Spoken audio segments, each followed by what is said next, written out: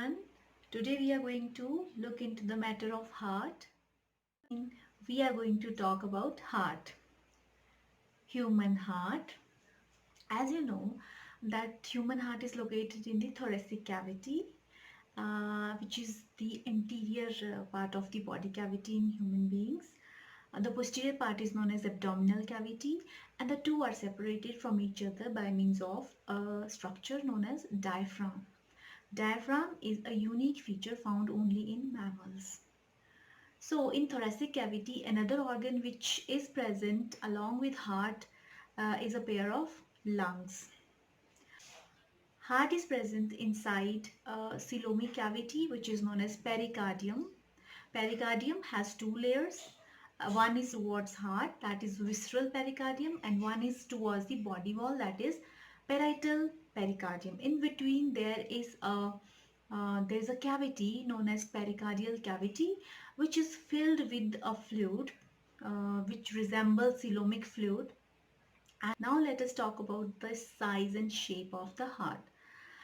If you want to have an idea about the size of the heart, it is of the size of your fist. Okay, and shape, it is roughly conical. There is there is a uh, there is a broad base and there is an apex. The base is towards the head side and the apex is towards the posterior side. Now let us look into the detailed structure. The heart is said to be four-chambered. There are two auricles and two ventricles. According to their side, they are said to be right and left. The auricles are comparatively smaller. As you can see, the ventricles are larger. And then you see that these chambers, they receive a number of blood vessels. The auricles are said to be the receiving chambers. They are receiving here pulmonary veins of the left side and of the right side, and bigger vessels, that is inferior vena cava and superior vena cava. The things will become more clearer when we will study the internal structure of heart. You can see that the auricles are separated from the ventricular portion by this coronary sulcus, which is visible here. Two ventricles are also separated from each other externally by a groove present here, which is known as interventricular groove. Only the left ventricle reaches till the apex, the right ends earlier. This is the internal structure of human heart. Here it is evident that internally human heart is four-chambered. 1, 2, 3, 4. There are two auricles and two ventricles. Two auricles are separated from each other completely by a septum, which is known as interauricular septum. Between auricle there is a septum known as interauricular septum. It is not visible in this structure. Similarly, between two ventricles there is another septum separating the two. It is known as interventricular septum. So the left and the right side of heart is completely isolated from each other.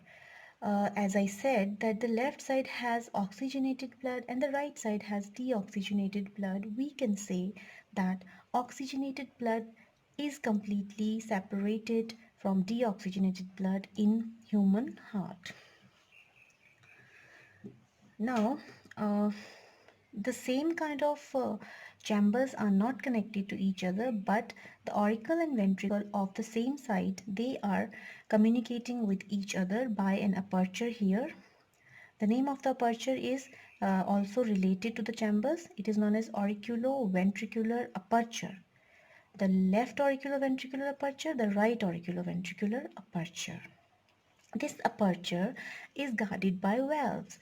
The name of the valves depends upon the number of flaps in the valves.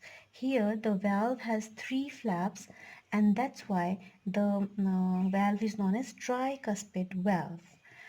Whereas on the left side the valve has 2 flaps, and that's the reason for it as it to be known as bicuspid valve. The flaps of these valves, they are connected to the walls of the ventricles by means of these fibrous structures known as chordae tendineae. On the wall of ventricle, you can see there are higher muscular ridges and lower muscular ridges. They are respectively known as papillary muscles and columnae carneae. The function of these chordae tendineae is to keep the flaps of the valves in position so that they are not washed away with the blood when it is pumped under pressure. The walls of the different chambers of heart, they are thick muscular, but their thickness depends upon their function also. If you see the walls of all the chambers, first thing that you will notice is that the walls of ventricles are thicker compared to auricles, and second, the wall of left ventricle is thicker than right ventricle. So this is because the left ventricle has to pump blood to the farthest region of the body. So it requires more force compared to the other portions which pump blood to the nearest parts of the body. Now let us talk about the vessels which enter and exit the heart. First, we will talk about the vessels entering the auricles. I'm saying entering because auricles are the receiving chambers. They receive blood from the body. If I talk about the right auricle, which is colored in purple, you can see that there are two big vessels which enter this chamber, and they are known as superior vena cava and inferior vena cava respectively. These two big veins, they carry deoxygenated blood from the entire body and pour it into the right auricle. Now this carries blood from the interior part of the body including head, and this carries blood into the right auricle from all other parts of the body, right? The opening of inferior vena cava into the right auricle is a valve again, and this valve is known as valve of Eustachius. Right? There is one more marking here, and it is labeled as Thebaceous valve. It is the opening. It guards the opening of not superior vena cava but coronary sinus, which is a blood-filled space in the wall of right auricle itself. Coronary sinus collects blood from the wall of heart itself. Right? Now we come to the left auricle. Left auricle receives blood via these small veins. They are known as pulmonary veins. Pulmonary stands for lung. So these are veins. Veins are those vessels which carry blood towards heart. Here the color is red, so that means this blood is oxygenated. These veins are four in number. These are their openings. They carry oxygenated blood from the lungs to the left auricle. Now, left auricle has oxygenated blood and right auricle has deoxygenated blood, and both of them are connected to the ventricle of their side by an aperture here. That means this blood will now flow into the next chambers. Okay, now the vessels which arise from the ventricles. On the upper part of the right ventricle, this big artery is arising. It is known as pulmonary aorta or pulmonary arch. It bifurcates as soon as it comes out of heart, and it sends its branch into the respective lung, left and right. So this carries the deoxygenated blood from the right ventricle to the lungs for oxygenation.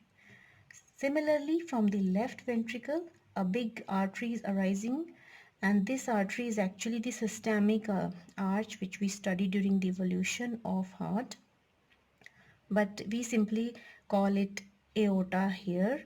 And it has three parts. The part which emerges from the ventricle is known as ascending because it goes up, then it turns, that turning part is known as aortic arch, and then it goes backward behind the heart, and it is, that part is known as descending aorta. This artery is responsible for supplying blood, oxygenated blood, to the entire body. Here it gives three branches, and these carry oxygenated blood to the anterior body parts, including head, and the remaining aorta will go and supply oxygenated blood to the all other parts of the body. So I think that is all. No, the opening of these big arteries is also bounded by valves. These valves are of half moon shape. That's why they are known as semilunar valves. The function is same. They prevent the backflow of blood. The blood in heart flows only in one direction, unidirectional flow. So we can say in the end that human heart is a double pump. It has complete separation of oxygenated and deoxygenated blood, and it has double circulation. So that was the structure of human heart for you. I hope it is clear. Thank you very much for watching. Have a nice day.